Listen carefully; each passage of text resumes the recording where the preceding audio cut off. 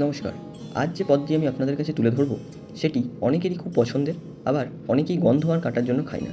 তবে আমি যে পদ্ধতিতে আজ এটি রান্না করব, আপনারা এই লোটে মাছের ঝুড়ি দিয়েই অর্ধেক ভাত শেষ করে দেবেন, কোনো কাঁটা আর গন্ধের ভয় ছাড়াই। চলুন শুরু করি আমার নতুন ভিডিও, লইট্টার ঝুড়ি ভাজা।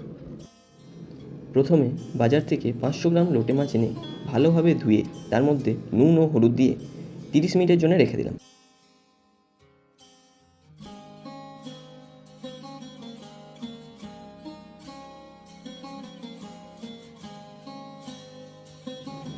এবার দুটো মাঝারি সাইজের পেঁয়াজ, একটা টমেটো, 5 থেকে 6টা লঙ্কা, 1 ইঞ্চির মতো আদা ও 6 থেকে 7টা রসুনের কোয়া ভালোভাবে কুচি কুচি করে কেটে নিলাম।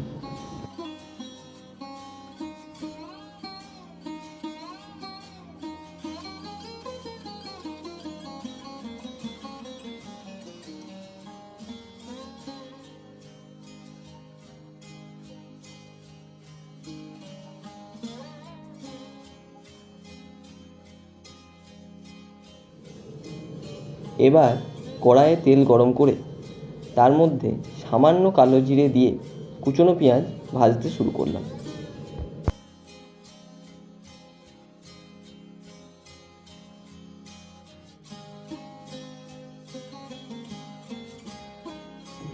এরপর একে একে কুচনো আদা, রসুন ও টমেটো দিয়ে ভালোভাবে নাড়াচাড়া করে তার মধ্যে স্বাদ মতো নুন, সামান্য পরিমাণ হলুদ ও জিরে গুঁড়ো দিয়ে ভালোভাবে মিশিয়ে তার উপর দুটো শুকনো লঙ্কা দিয়ে 2 মিনিটের জন্য ঢাকা দিয়ে দিলাম।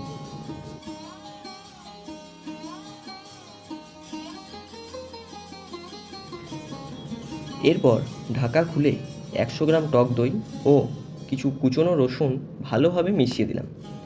এটা অপশনাল, দিলেও হবে, না দিলেও তেমন কোনো অসুবিধা নেই।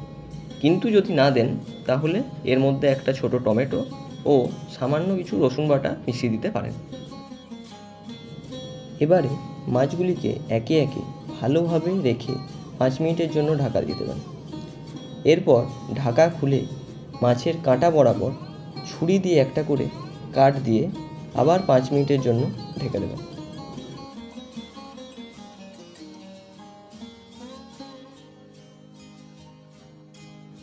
এরপর ঢাকা খুলে দেখবেন মাছ জল ছেড়ে দিয়েছে এবং খুবই নরম হয়ে গেছে। এই সময় আস্তে আস্তে একটা ছুরি ও চামচের মাধ্যমে মাছের সব কাঁটাগুলি ভালোভাবে ছাড়িয়ে নেব।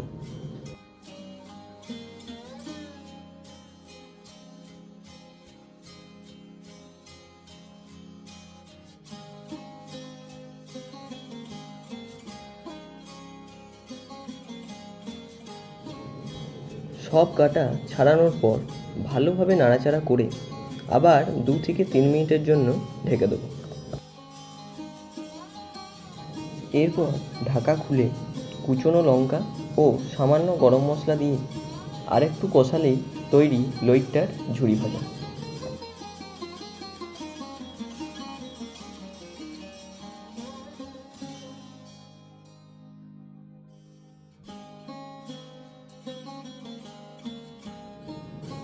এই লইট্টার ঝুড়ি ভাজা গরম গরম ভাতের সাথে পরিবেশন করুন এবং আমায় অতি অবশ্যই জানান যে এই রেসিপিটি আপনাদের কেমন লাগলো।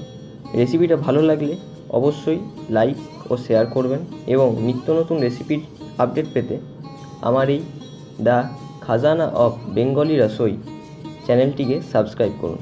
নমস্কার, ধন্যবাদ।